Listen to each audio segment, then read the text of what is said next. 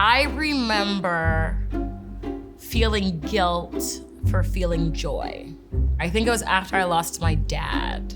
It took me acknowledging that none of my many emotions were going to bring him back. And as hard as that may sound, there was freedom in that.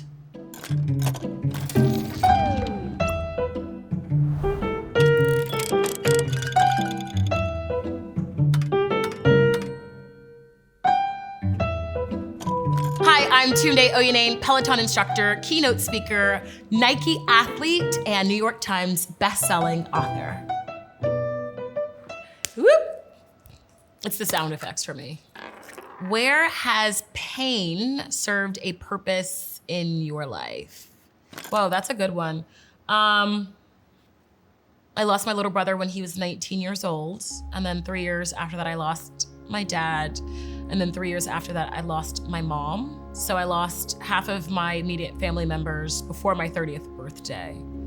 I'd hit rock bottom, and then I'd hit rock bottom again, and then I was cemented in rock bottom. Like they took concrete and poured it over my rock bottom.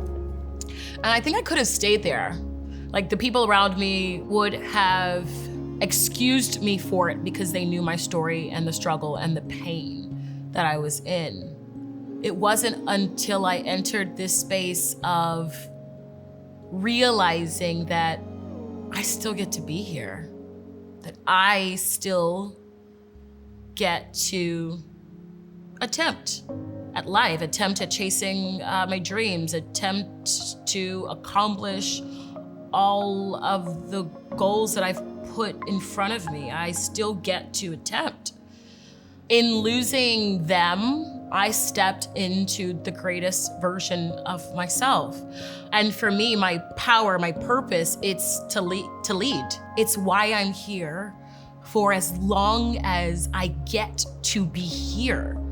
And I was able to realize that, tap into that, move into that through pain.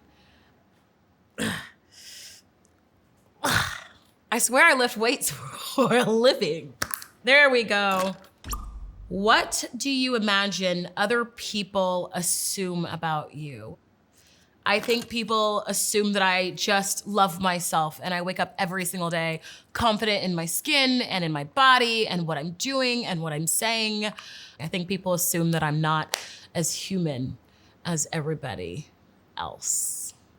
I hope that people see my struggle. I think that my purpose and my reason for being here and existing in this space, in this moment in time, is so that people can see themselves in me.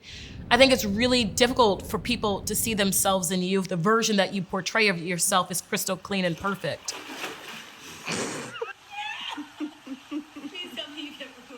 I hope that I put my real self out there. Not all of myself, because some of that is just for me, but I hope that within the pieces of my story that people see, I hope that they also see my struggle. Next up, see if I do better this time. Oh. When have you let go of a deeply held conviction? Ooh. So I teach cycling classes to tens of thousands of millions of people every single week. Rewind to 7 years ago. I was a makeup artist at the time. I lived in LA.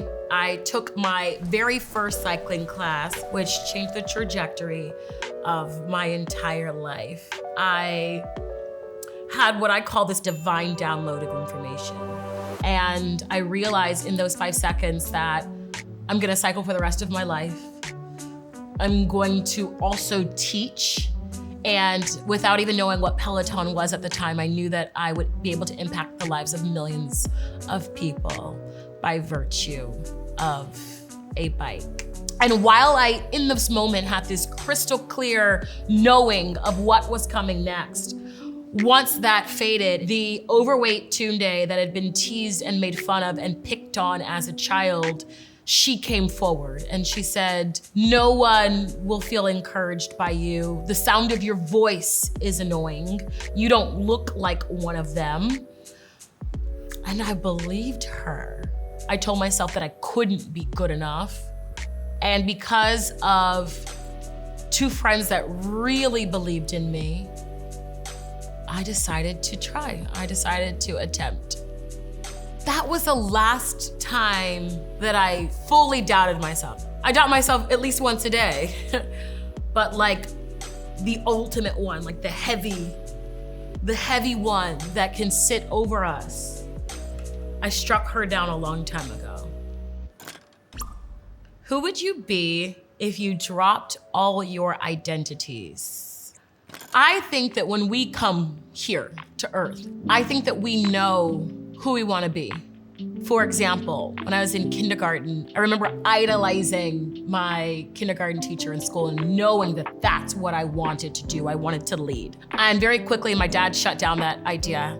He said, you don't want to be a teacher, you'll be overworked and underpaid. Shout out to the teachers. I think what's funny now is I was a makeup artist for 15 years, and within the cosmetic world, I was an educator. I've led cycling classes for just about 6 years now, a coach, a teacher, a trainer, and I published my first book last year. Again, teacher, sharing stories. I say all of that to say, at the essence, the core of who I am, I think all the versions of me would still show up. I've still found a way to tap into the Tunde, the version of Tunde, the many versions of Tunde that I was put here with the intention to be. And so who would I be without my many identities? Well, I wouldn't be Tunde.